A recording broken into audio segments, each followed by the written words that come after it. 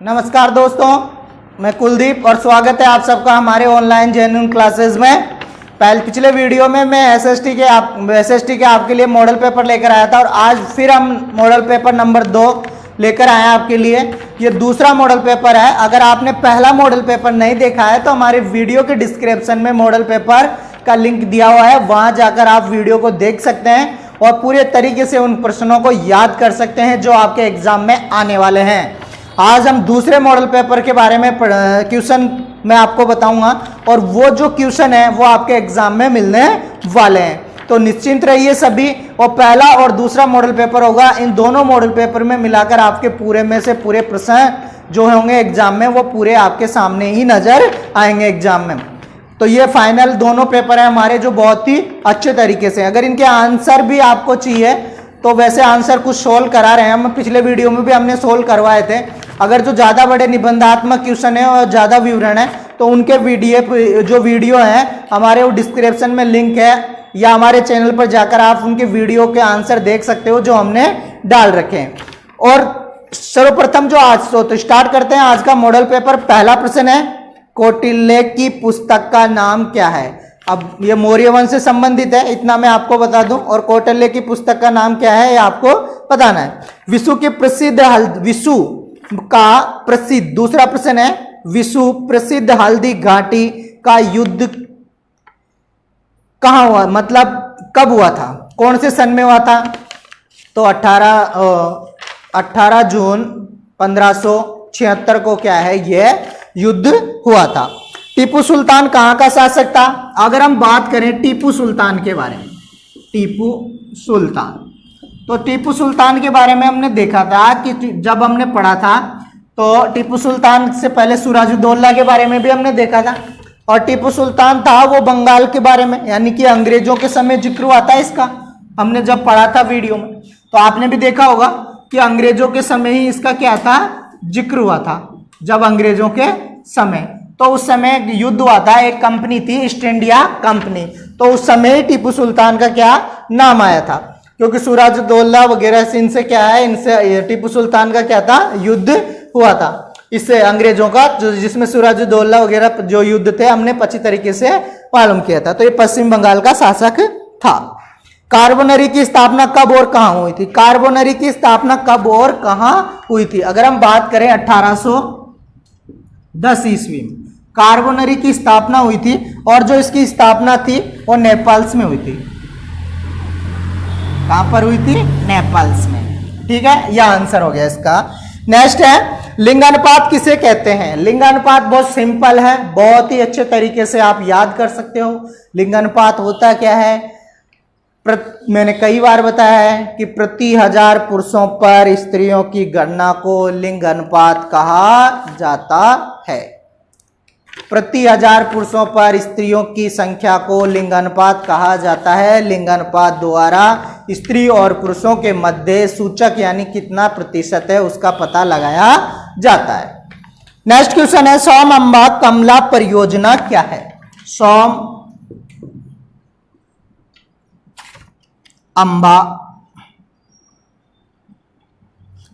अंबाला कमला, तो अंबाला परियोजना क्या है? तो यह परियोजना डूंगरपुर और उदयपुर क्षेत्र में स्थापित है, सोम नदी पर से, यानी कि यहां पर इस क्षेत्रों में क्या है, पेयजल और सिंचाई की सुविधा दी जाती है इस परियोजना के तहत। नेक्स्ट है, जोहड़ क्या है? बहुत ही अच्छा प्रश्न है। जोहड़ क्या है? देखिए, ये जल संरक्षण करने वाली जो विधियां हैं उसके बारे में हम पढ़ रहे हैं। तो जोड़ उसमें से एक भाग है जो जल संरक्षण करने की विधियों का। ये देखो टांके के समान होता है। क्या होता है? टांके के समान। किसके समान ही होता है? टांका पढ़ा है हमने, तो टांके के समान ही होता है जोहड़। ठीक है, तो ये टांके के समान ही होता है कहने का मतलब, लेकिन इसका जो उपयोग है हरियाणा और पश्चिमी क्षेत्रों में ज्यादा होता है। ठीक है, हाँ। अब अगला जो हमारा प्रश्न है, यानी नेक्स्ट 8वां क्वेश्चन है, भारत की प्रमुख मुद्रा दायनी फसलें या नकदी फसलों पर लघु टिप्पणी लिखे। अब मुद्रादायनी, बात यहां पर है मुद्रादायनी, दायनी और नकदी। देखो मुद्रादायनी यानी ऐसी फसलें जो सिर्फ व्यापार के लिए की जाती है। किसके लिए की जाती है? व्यापार के लिए। तो वो फसलें कहलाती है मुद्रादायनी फसलें। जैसे मान लीजिए कपास, एक गन्ना, सरसों, तिलहन,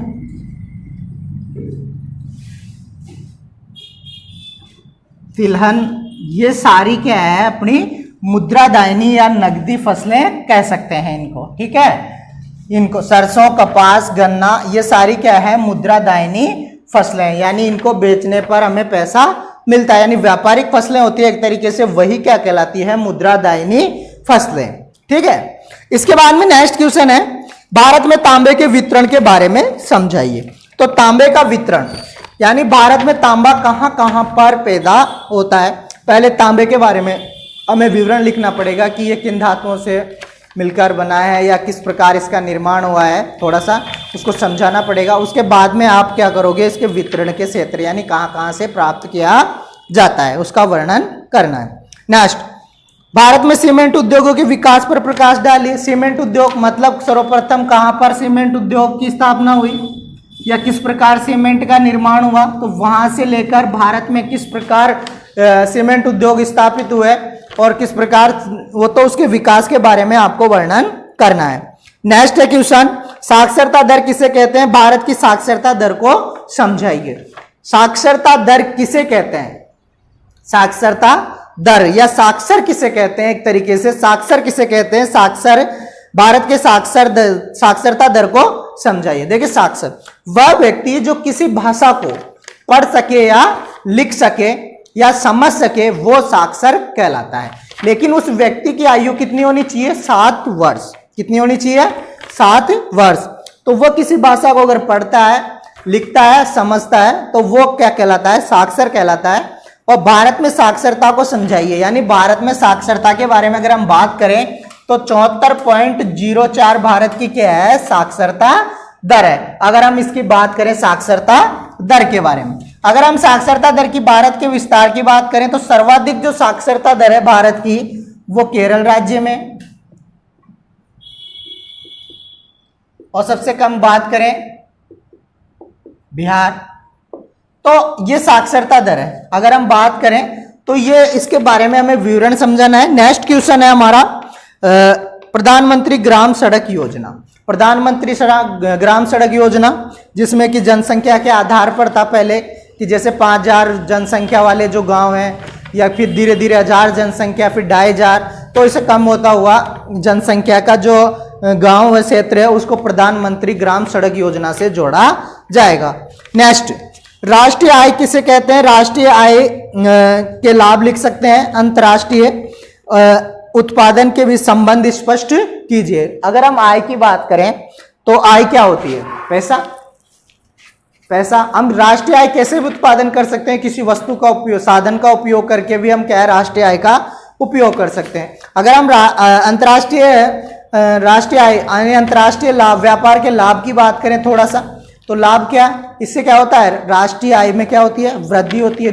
व्यक्ति का जीवन स्तर क्या होता है? ऊपर होता है या ऊंचा उठा होता है। नेक्स्ट, अर्थव्यवस्था किसे कहते हैं? भारतीय अर्थव्यवस्था के अविकसित अर्थव्यवस्था है, ये सब जानते हैं हम। भारत की जो अविकसित यानी जो भारत की अर्थव्यवस्था है वो कौन सी है? अविकसित अर्थव्यवस्था। कोई 3 कारण बताइए। अब कहने का मतलब ये है कि जो अर्थव्यवस्था है हमारी वो अविकसित है। अब इसके कारणों की अगर हम बात करें तो कारण क्या क्या हो सकते हैं?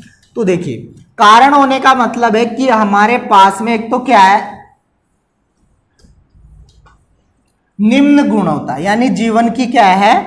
निम्न गुणवत्ता है। इस कारण, क्योंकि हमारे जीवन में निम्न गरीबी के कारण हम क्या है? निम्न गुणवत्ता में, यानी कि हम जी नहीं पाते हैं। किसकी वजह से?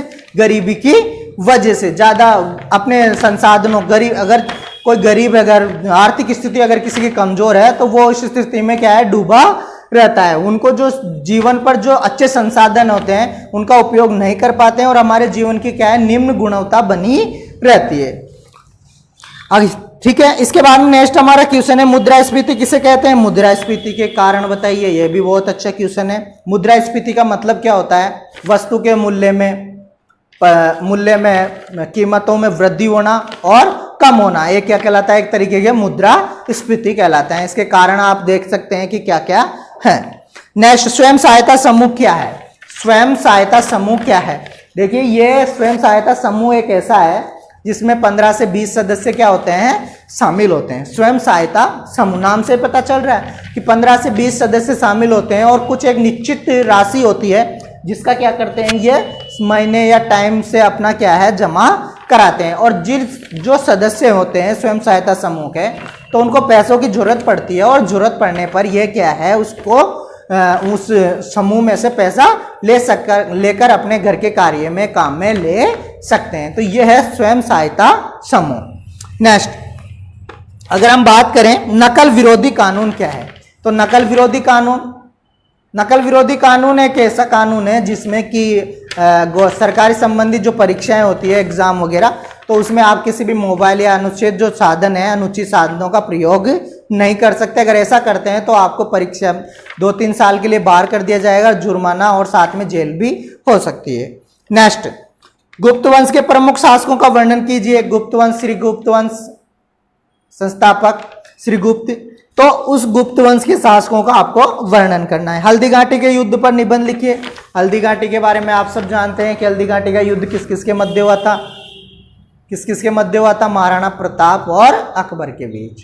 कब हुआ था वो आपको मैंने पहले बता दिया है। और जो इनका जो महाराणा प्रताप का युद्ध हुआ था अकबर के बीच, तो अकबर की तरफ से जो सेनापति था उसका क्या नाम था? मान सिंह। ठीक है। नेक्स्ट, 1857 के प्रथम स्वतंत्रता संग्राम का वर्णन कीजिए। बहुत ही बढ़िया प्रश्न है। 1857 की स्वतंत्रता संग्राम, तो 1800 जो स्वतंत्रता संग्राम था उसके बारे में हमने बहुत ही बढ़िया वीडियो अपलोड किया था, अच्छी तरीके से टॉपिक पढ़ा था। आप जाकर हमारे चैनल पर उस वीडियो को, इस आंसर को आराम से देख सकते हैं। इसका बहुत ही बढ़िया वीडियो बना के हमने डाला हुआ है, तो उसको वहां जाकर आप इसका आंसर देख सकते हैं तरीके से कि इसको क्या कहा गया, सारे कारण, आर्थिक कारण, सामाजिक कारण जितना भी है आप सारा वहां पे, क्योंकि यहाँ पे अपन हल नहीं करा सकते। अगर इनको हल कराएंगे तो बहुत ज्यादा हो जाएगा और वीडियो बहुत ही ज्यादा हो जाएगा। नेक्स्ट, मराठा व मैसूर द्वारा अंग्रेजों ने किए गए संघर्षों का वर्णन कीजिए। अब अंग्रेजों, जब हम बात कर रहे थे, टीपू सुल्तान की बात आई थी यहाँ पर, तो ईस्ट इंडिया कंपनी थी, तो उस समय ऐसी शक्ति थी मराठाओं के पास कि अंग्रेजों को रोक सकते थे। तो अंग्रेजों को रोकने के लिए उन्होंने क्या है, ऐसी शक्ति किसके पास थी? सिर्फ भारत में मराठाओं के पास। तो उस समय युद्ध हुआ था मैसूर और मराठा, जो किसके खिलाफ? इनके जो युद्ध हुए थे वो अंग्रेजों से हुए थे। आप जाकर उसको देख सकते हैं, वो भी हमारे वीडियो में अच्छी तरीके से आंसर दिया हुआ है। नेक्स्ट, लोकतंत्र के गुण और दोष की विवेचना कीजिए। तो बहुत ही प्रश्न है। लोकतंत्र के कुछ गुण भी होते हैं, क्योंकि अच्छा शासक, किसी देश में शासन चलाने के लिए लोकतंत्र होना जरूरी है, तो उसके कुछ गुण भी होते हैं, तो कुछ गुण भी होते हैं, यानी अच्छा भी होता है तो कुछ बुरे भी होते हैं। जैसे एग्जाम्पल कि जो लोकतंत्र शासन में क्या होता है कि जैसे अपन किसी कोई योजना होती है, तो गरीबों के लिए कोई योजना होती है, वो पहुंच नहीं पाता है गरीबों के पहले, उससे पहले ही खा जाते हैं। तो ये क्या हो गया? एक तरीके से लोकतंत्र का दोष हो गया। ठीक है। अगर गुण की बात करें तो गुण की प्रशासनिक व्यवस्था, किसी भी कोई समस्या आती है प्रशासनिक व्यवस्था द्वारा संभाल लिया जाता है एक तरीके से। तो ये गुण और दोष आप पढ़ सकते हो। नेक्स्ट, प्रधानमंत्री के कार्य एवं शक्तियों का वर्णन कीजिए। यह भी बहुत बढ़िया प्रश्न है। प्रधानमंत्री के कार्य एवं शक्तियों का वर्णन कीजिए। मुख्यमंत्री की नियुक्ति, यानी मुख्यमंत्री की नियुक्ति किस प्रकार होती है मंत्रिपरिषद में?